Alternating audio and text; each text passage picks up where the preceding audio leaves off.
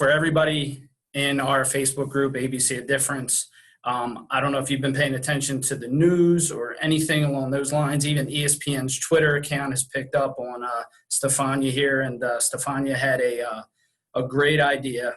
She took her love for basketball, brought it out to the protest here in the city of Philadelphia, brought some people together. I've seen pictures of her taking jump shots and playing one-on-one against cops and other protesters, and it's just an outside-the-box act of kindness, trying to bring people together, trying to prevent some violence, and wanted to welcome Stephania onto our group, and just going to ask her a few questions, some questions that I've been getting as the administrator of the group. And, the first thing that I think we should probably do is start by Stephania explaining the origin of her love for basketball and where the idea came from to drag a 100-pound basketball net throughout the city and start bringing people together. So maybe you could talk on your love for basketball and, what morphed into this great idea that you came up with. Yeah, so it's actually, like, I have a weird story, I guess. When I was born, I actually wasn't even supposed to be able to walk. So my legs were completely churned in. Shriners Hospital up in North Philly, they took me and they put casts on my legs for the first 3 years of my life. And at that point, they told my parents, maybe we can get her walking, but she's never going to play sports. And my parents didn't really like that response, so they just put me into every sport possible, including basketball. So everybody always asks me, they're like, how did you get into basketball? And it's like, sure. It wasn't really a choice. Sure. Like, I didn't decide one day, like, oh yeah, I want to go play. It was kind of just like, oh, she has no coordination. Let's just force her to try. And so I started playing basketball at that point, and I guess I just fell in love with it. Basketball was kind of the one place where I felt like good. Like, even if I couldn't run or I couldn't do things at first, like as I continued to get older and become more coordinated, it was kind of the place that I felt the best, like being on a basketball court. Right before I went into high school, I got really sick, so I just kind of gave up on basketball for a little bit. Told myself I was never going to play again. Like, I was done. I was so angry with basketball, and then got to college. Because during that time I picked up like MMA instead. So I was boxing and fighting and everything. And then when I got to college, I started seeing guys playing pickup again at the gyms at the courts at my school. So kind of just like when you're like ball is life, Sure. Up on basketball. Yeah. So I ended up going and buying a new pair of basketball shoes at that point, because I didn't even have any more basketball shoes by that time. And started playing basketball again with all the guys at my school. And from there, I kind of started working on social media things, like posted some basketball videos. People started liking it, thought it was like cool. So I continued to do that. Last year, I started this series, like the Portable Hoop series, where I would just drag basketball hoops around cities to bring people together and just like play basketball on the streets. We did it in Philly a few times. We did it in New York, like Times Square. I brought like a mini hoop to South Beach. But yeah, like I was just doing this because like at first I was just doing it because I thought it would be fun. And then after I realized how much it did, like when I saw what it did the first time I did it in Philly, Meek Mill came through that day. He saw me carrying my hoop around. I guess he just pulled up. I played his cousin. All the people were super excited. Like everybody was so happy. We had people of all different walks of life just like coming and watching or wanting to play or whatever. So at that point I was like, this is really cool. I want to keep doing it. I retired the hoop when Corona came. We had like a whole tour planned for the spring. And then Corona came and I was like, oh, okay, like I'll put this away for now, and I'll start this back up again when everything is back to normal and everything is like good in life again, Yeah. When all of this was happening, Sunday night, I was just laying there. I could not sleep. I was laying there and I was trying to figure out, what do I do? Because like, I like with the platform that I have, like, I feel like I have a responsibility to actually like act, like not just like be an influencer, but like actually influence people and like influence them to do something positive. So, I didn't want to just post on Instagram like, oh, this is what I think. Like I wanted to actually go out and do something and the best way I know how to do it is through basketball. Like I've seen how I bring people together in the past. So I just kind of decided that it was something that I needed to do right now. So I put together a team really quick, and we just went out on Tuesday. We did it. It was great. We brought together all different types of people. Police officers were playing, protesters were playing, pedestrians, civilians. My team was there. They were playing too. So it was really just a really cool experience to see how well people took it. Because I definitely was a little nervous before I started. I'm sure. And I want to get into that actually, because something about basketball, and I guess that's what kind of attracted me to the whole story about you, is something. It's like you're on the boardwalk. So my family, we go down to Wildwood. We go on the boardwalk, it's $5. You take 3 shots on this little rim. Next thing you know, you turn around, there's 50 people behind you watching you, and it's like everyone's coming together. And I think just something about basketball does create some sort of camaraderie. So that's what attracted me to your story. And so I did want to touch on the feeling that you get, and maybe touch on the most successful that you've been. I know you said you've been to Times Square, Philadelphia. Would you say that the Philadelphia activities that you were doing, was that the most successful, or where was the best feeling that you ever encountered while pushing your mission or while pushing your basketball net? Was it in New York? Was it in Philadelphia? Where do you feel like you had the most success? 100% Philly. Really? Like, I was actually surprised because I had done it in Philly, and like in my head when we were doing it, like at first, before I started the first time, I was like, oh God, this is going to be so weird. Like people are going to look at me, whatever. And then we started walking, and everybody was so excited. And I think it's because like in Philly, we see such strange things every day that like it does not faze us. We're like, oh, she's carrying basketball. That makes sense. That makes perfect sense. But when I was walking through New York, some people were like how they are in Philly.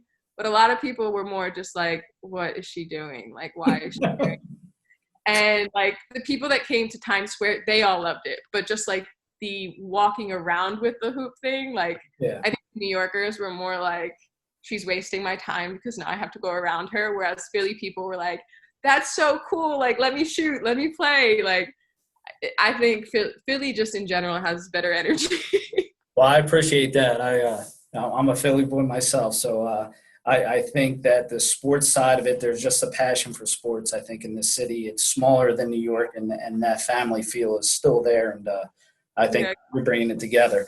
So on the flip side of that, though, I guess, and I actually saw some post on some of the videos that you put out, is, some people have some negative things to say. How do you feel when somebody kind of pushes you down and says, this isn't the right tactic right now? I mean, you just got to keep pushing. I mean, what's your thought there?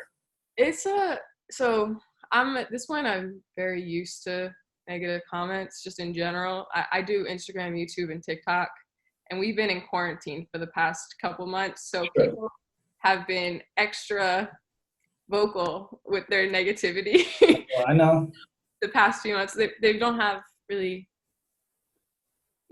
different from the people that are saying the things now, but like in general, what I've found is like people just don't have anything else to do right now, so that they just want to spread hate, which I think is really unfortunate, because a lot of the stuff that I do, I'm always just trying to be positive. I'm always trying to like put on for females and show people that they can do anything that they want to do, and just really focus on the positive sides of life rather than the negative.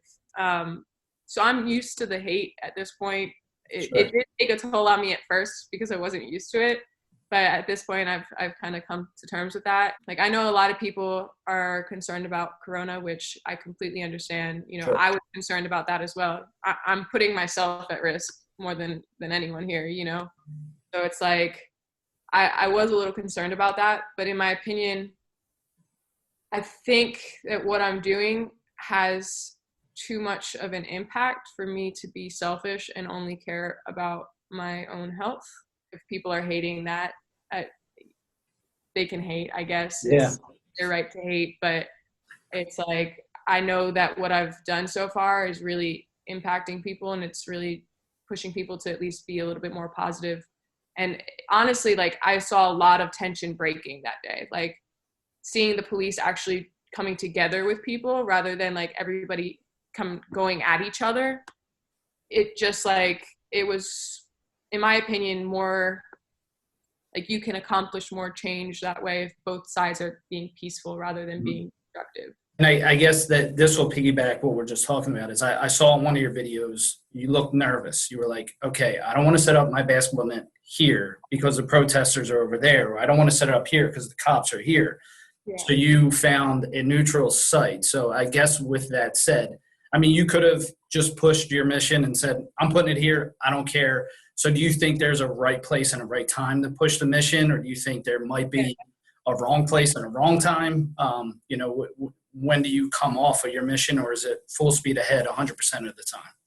Yeah, I mean, I think I've been fortunate enough to have like a good gut, right? Where I know when something is right and when I shouldn't do something. I just kind of go by the situation. So it's like, I'm not trying to distract from the protests. I'm not trying to be a distraction from it. I'm actually trying to highlight it and show the positive sides of protests as well.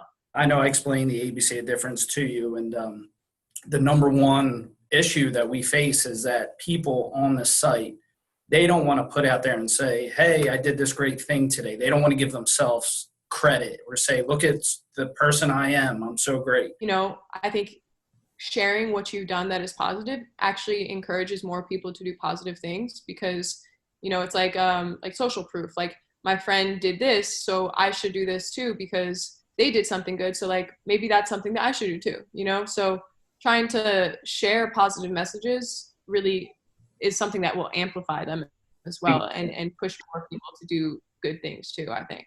So good deeds are infectious is what you're saying. I agree with that 100%, that if you do something good and people see it, they're gonna do it. And that feeling of euphoria that you get in doing something good, that should be the addiction. That should be what we're pushing for every single day. So what's next for you? What's the dreams for Stephania? I know you have a GoFundMe page. Do you want to talk about that? What's the point of the GoFundMe page, and how can other people get involved? So I've been doing this by myself for a long time, but what I wanted to do was like really, really go out and do this in other cities. And obviously, like, before, what I was doing was like getting brand sponsors to help me. They were going to help me for the tour that I had this spring. Everything that I've done in the past is like completely on my own, like paid out of pocket, whatever. But with everything going on right now, it's like, especially as a creator, like, you don't get brand deals right now. Brands aren't working with anyone. So I did a GoFundMe just to try to get a little bit of help for travel expenses. Mm-hmm. So that way I can actually get to other cities with a team. Sure. And be able to set this up like over the next couple weeks, like doing it within like other major cities that are also experiencing this type of situations. Like the violence and everything, the rioting, looting, all of that. So, I set up a GoFundMe. We originally just asked for, I think, $2,000 to do like Newark, DC, and Baltimore. I would just rent like a big truck and bring some people down, and we would stay in a hotel or whatever overnight and then come back. So, I put together that GoFundMe, and then we hit that the other day, yesterday. So I just increased it to 5,000 now, so that maybe we can go to Minneapolis, where all of this is kind of started, and try to do a hoop video there as well. I think that would be really valuable for like the city of Minneapolis, and maybe try to bring some love out there as well. So that's really what the GoFundMe is about. Just trying to help pay for some expenses, like travel expenses, actually getting to the places and being able to bring a hoop out there. Sure. But yeah, we're doing Philly again on Saturday.